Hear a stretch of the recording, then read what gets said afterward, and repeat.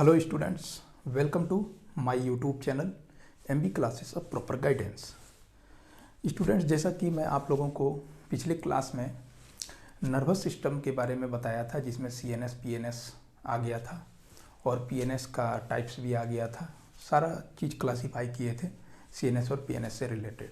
तो पिछले क्लास के बाद जो नेक्स्ट क्लास होने वाला था वो था न्यूरॉन का, जो मैं आज लेकर आपके सामने आ चुका हूँ। ठीक है, तो न्यूरॉन के क्लास में हम लोग देखेंगे कि न्यूरॉन क्या होता है। तो मैं आपको थोड़ा सा क्लासीफाई कर बता दूं कि neuron are the structural and functional unit of nervous system. मैं देखिए यहाँ पर एक न्यूरॉन को बना दिए हैं, ज़रा ध्यान दीजिए। ये है आपका एक न्यूरॉन, ये एक मल्टीपोलर न्यूरॉन बनाया है। वैसे न्यूरॉन का 3 कैटेगरी होता है, मल्टीपोलर, बाईपोलर और यूनिपोलर। तो ये मल्टीपोलर न्यूरॉन है।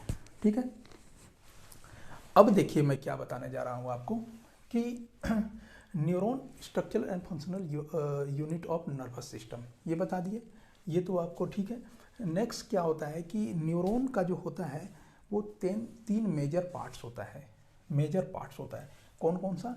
पहला होता है आपका सेल बॉडी, दूसरा होता है आपका डेंड्राइट और तीसरा होता है आपका ऑक्सोन। देखिए सेल बॉडी, ये कंप्लीट सेल बॉडी है।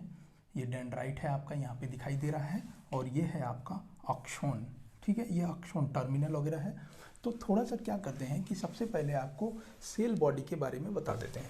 ठीक है, the cell body contains cytoplasm along with typical cell organelles, okay, and Nissl's granules. अब देखिए ये आपको दिख रहा होगा डॉट डॉट डॉट डॉट, ये ठीक है बूंदी टाइप का। ये आपका क्या है? नीसल्स ग्रेनुल्स है। और यहाँ देख लीजिए ये ट्री लाइक स्ट्रक्चर था, वो डेंड्राइट्स था। तो सेल बॉडी के अंदर क्या होता है? न्यूक्लियस भी होता है। ठीक है, न्यूक्लियस भी होता है। डेंड्राइट्स किससे अटैच्ड होता है? तो डेंड्राइट्स हमारा सेल बॉडी से अटैच्ड होता है। चलिए देखिए, dendrites are attached to cell body, okay, and also contain, dendrites में भी नीसल्स ग्रेनुल्स रहता है। ये ध्यान देने वाला बात है। ठीक है, डेंड्राइट्स ट्रांसमिट करता है इम्पल्स को towards cell body. Okay, impulse को किधर ट्रांसमिट करता है? टुवार्ड्स सेल बॉडी ट्रांसमिट करता है। ये डेंड्राइट से सेल बॉडी की तरफ उसको ट्रांसमिट कर देगा। यहाँ पे इसको छोटा सा लेंथ दिखाया गया है, बट ये कुछ लंबाई तक होता है। ठीक है,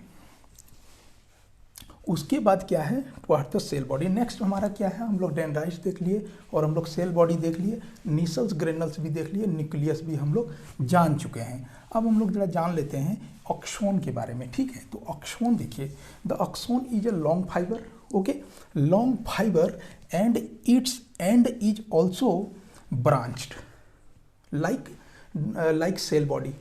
सेल बॉडी में जैसे ब्रांच निकला तो डेंड्राइट बना, तो ऑक्सोन में भी क्या होता है कि इसका एंड क्या होता है? ब्रांच रहता है, जिसको हम लोग कहते हैं ऑक्सोन टर्मिनल। और ऑक्सोन टर्मिनल में देखिए ये बल्ब लाइक स्ट्रक्चर है, उसको कहते हैं साइनेप्टिक नॉब। पढ़िए यहाँ क्या बोला जाए कि each branch terminates as a bulb like structure called synaptic knob which contains. देखिए इसमें क्या होता है कि इसमें एक केमिकल्स कंटेन होता है, जिसको हम लोग कहते हैं न्यूरोट्रांसमीटर। और उस केमिकल्स के अंदर क्या होता है? मॉलिक्यूल्स होता है। ठीक है, केमिकल्स के अंदर क्या होता है? मॉलिक्यूल्स होता है। The axon transmits impulse. Axon क्या करता है? इम्पल्स को ट्रांसमिट करता है away from the impulse away from the cell body. देखिए सेल बॉडी से ये इम्पल्स जा रहा है ना, ये इम्पल्स देखिए जा रहा है, ये इम्पल्स चला जाता है नीचे की तरफ।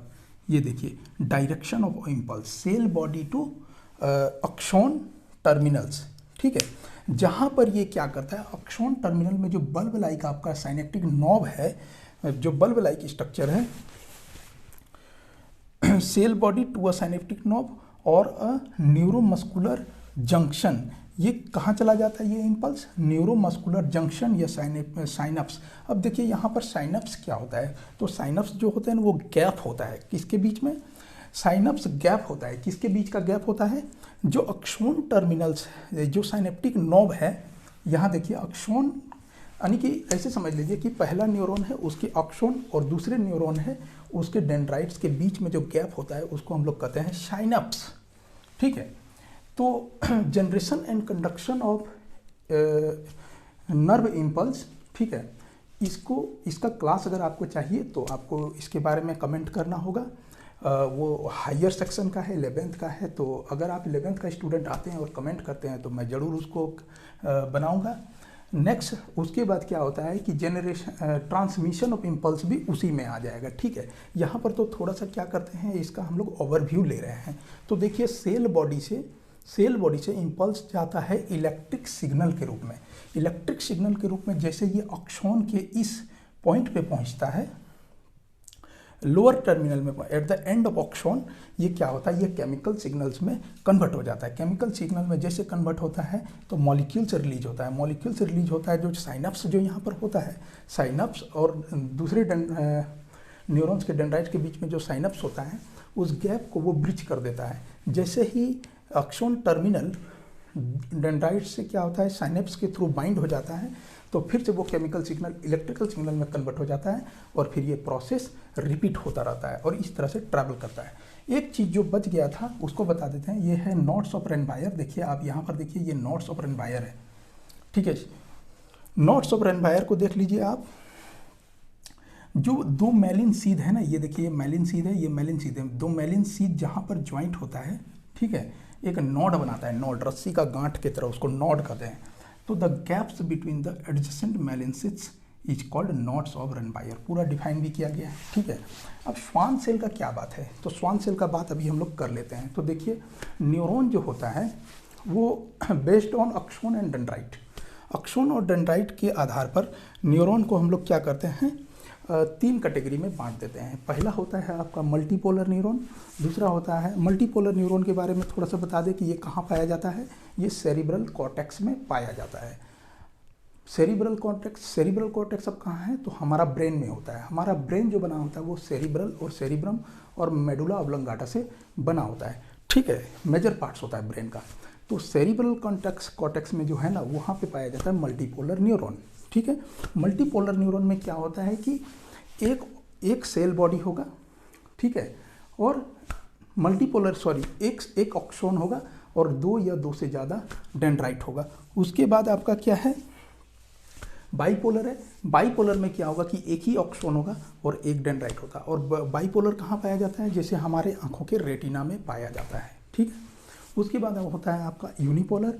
यूनिपोलर में क्या होता है कि इसमें केवल एक ऑक्सॉन होता है, ठीक है, और ये कहाँ पाया जाता है, एम्ब्रियोनिक स्टेज में पाया जाता है। यूट्रस के अंदर एम्ब्रियोनिक स्टेज होता है। जब जाइगोट एम्ब्रियो में कन्वर्ट होता है तो उस स्टेज में उसके अंदर जो न्यूरॉन पाया जाता है उसको हम लोग कहते हैं यूनिपोलर न्यूरॉन, ओके। तो उसको हम लोग क्या कहते हैं, यूनिपोलर न्यूरॉन कहते हैं एम्ब्रियोनिक स्टेज में। अब आपको ये जान लेना चाहिए कि जैसे ही मेल स्पर्म और फीमेल एक जब डिफ्यूज करता है तो जाइगोट बनता है। जाइगोट फैलोपियन ट्यूब से नीचे उतरता है, यूट्रस के तरफ ट्रैवल करता है और जैसे यूट्रस में पहुंचता है तो वो एम्ब्रियो में कन्वर्ट हो जाता है, ठीक है। या रिप्रोडक्टिव सिस्टम में पढ़े होंगे या नहीं तो पढ़िएगा। अब ध्यान देने वाली बात यह है कि ये तो हो गया न्यूरॉन को क्लासीफाई कर दिए। अब हम लोग ऑक्सॉन को भी क्लासीफाई कर लेते हैं। तो ऑक्सॉन दो तरह का होता है, ठीक है। एक होता है माइलिनेटेड और दूसरा होता है नॉन माइलिनेटेड। माइलिनेटेड जो ऑक्सॉन है, माइलिनेटेड ऑक्सॉन जो है, इसको हम लोग माइलिनेटेड नर्व फाइबर भी कह सकते हैं। ये कहाँ पाया जाता है, तो स्पाइनल और करेनियल नर्व में पाया जाता है, ठीक है। उसके बाद होता है नॉन माइलिनेटेड नर्व फाइबर्स कहाँ पाया जाता है, तो ये सोमेटिक और ऑटोनॉमिक नर्वस सिस्टम में पाया जाता है, ठीक है। और इसमें जो श्वान सेल है, इसका क्या बात है कि जो माइलिनेटेड जो होता है वो इन्वेलप्ड होता है श्वान सेल से। श्वान सेल क्या करता है, around the axon myelin sheath create करता है, ठीक है। और नॉन माइलिनेटेड क्या होता है, वो इनक्लोज्ड होता है श्वान सेल से इनक्लोज होता है। और वो वहाँ पर क्या होता है, नॉन माइलिनेटेड में myelin sheath around the axon create नहीं होता है, ठीक है। तो यहाँ पर देख लीजिए, ये था आपका नॉट्स ऑफ रेनवायर। बाकी जो यहाँ तक का बात को तो आपको बताएं, सॉरी आगे का भी बताए हैं, बट यहाँ तक लिखा हुआ है। बाकी जो बचा हुआ है उसको अभी लिख देते हैं।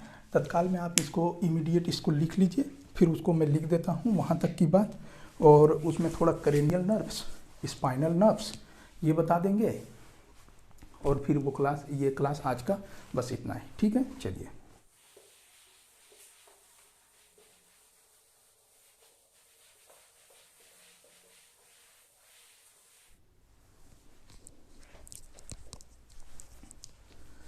So let's do this. जो आगे वाला जो पार्ट था वो यहाँ पर रिमेनिंग पार्ट को जो बोले थे उसको लिख दिए हैं। ठीक है, इसको आप लिख लीजिए अपने नोटबुक में। और जैसा कि आपको बताए कि generation and conduction of nerve impulse चाहिए तो आप कमेंट कीजिएगा। अभी क्लास 10 तक के लिए ये ठीक है। हाँ, अगर ICSE का स्टूडेंट आप हैं तो आप भी कमेंट कीजिए, क्योंकि उसमें भी आपको generation and conduction of nerve impulse का क्लास चाहिए और ट्रांसमिशन ऑफ इम्पल्स भी बना देंगे। ठीक है, अभी के लिए बस इतना ही। नेक्स्ट क्लास नर्वस सिस्टम का ही होगा। देखिए उसमें क्या होगा। चलिए इसको आगे आप लोग लिख लीजिए। ठीक है, इसमें जो बताए थे वही लिखे हैं। इसमें बताए थे जैसे based on axon and dendrites the neurons are 3 types, multipolar, bipolar, unipolar, कहाँ पाया जाता है और ये क्या होता है, इसके बारे में यहाँ डिफाइन कर दिए हैं।